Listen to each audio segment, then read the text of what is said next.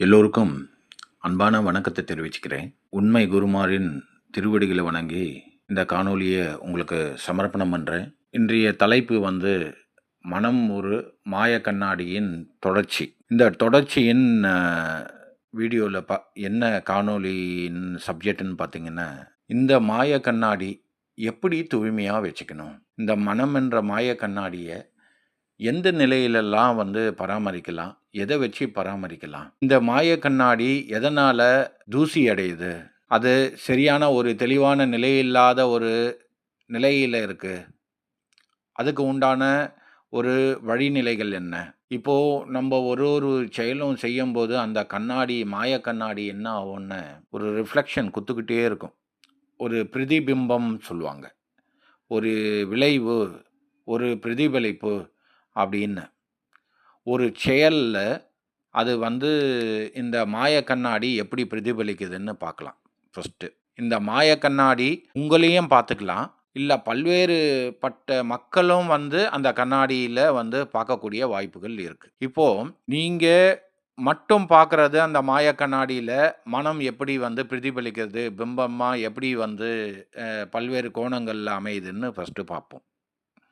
இப்போது ஃபஸ்ட்டு உங்களுக்குள்ள அந்த மாய கண்ணாடியை தூய்மையான ஒரு நிலையில் இல்லைன்னா உங்கள் மனம் ரொம்ப நொந்து சோர்வான நிலையில், தெளிவற்ற நிலையில் இருக்கும். ஏன் இந்த நிலைகள், ஏன் இந்த நிலைப்பாடு, இதற்கான காரணம் என்ன?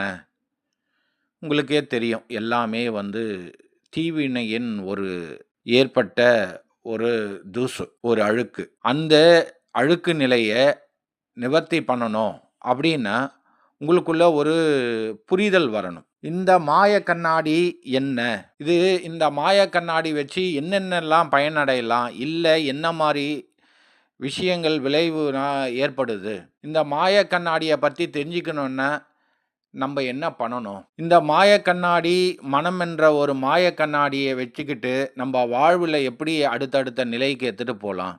இப்போ ஒரு பிரதிபலிப்புன்னு சொன்னேன், ஒரு செயல். இப்போது நீங்கள் கை அசைக்கிறீங்க, நீங்கள் கை அசைக்கிறீங்க அப்படின்னா மனம் என்ன பண்ணணும்னா அதே மாதிரி கை அசைக்க உங்களுக்கு மாய கண்ணாடி மாதிரி அந்த விஷயத்தை காட்டும். இப்போ அந்த மாய கண்ணாடியை ஒரு தூய்மையான நிலையில் இல்லைன்னு வைங்க, உங்களை நீங்களே அறியக்கூடிய வாய்ப்புகள் மிக குறைவாக இருக்கும். இந்த மாய கண்ணாடியில் நீங்கள் தூய்மையான நிலை பண்ணணும் அப்படின்னா ஒரு ஆன்மீக சிந்தனையோடு, உயர்ந்த எண்ணங்கள், உயர்ந்த பண்புகளோடு இந்த மாய கண்ணாடி, மனம் என்ற மாய கண்ணாடியை நீங்கள் ஒரு முனைவு பண்ணணும், முயற்சி பண்ணணும். அது எது மூலமாக? தவம், தியானம், இந்த மாதிரி ஒரு பல்வேறு முறைகளில் உங்களை நீங்களே பார்க்கக்கூடிய ஒரு முயற்சியை எடுக்கணும். அப்போது இந்த தீவினைனால், கர்மவினைனால் இந்த மாய கண்ணாடி அப்படியே மூடி இருக்கும் அழுக்கால். அப்போ அழுக்கால் மூடின ஒரு மாய கண்ணாடியில்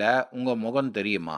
அப்போது உங்கள் முகம் தெரியலன்னா நீங்கள் யாருன்ற ஒரு விஷயமே வாழ்க்கை வாழறதுக்கு உண்டான நிலைப்பாட்டில் நீங்கள் யாருன்ற ஒரு அடையாளமே இல்லாமல் வாழ்ந்துட்டுருக்கீங்க நிறைய மக்கள். இதில் திரை மாறி அந்த அழுக்கு திரையோ, அழுக்கான ஒரு விஷயத்தை நீங்கள் பல்வேறு நிலைகளில் நீங்கள் ஒவ்வொரு குண அதிசயத்தின் மூலமாக திரைகள் மூடப்பட்டிருக்கு.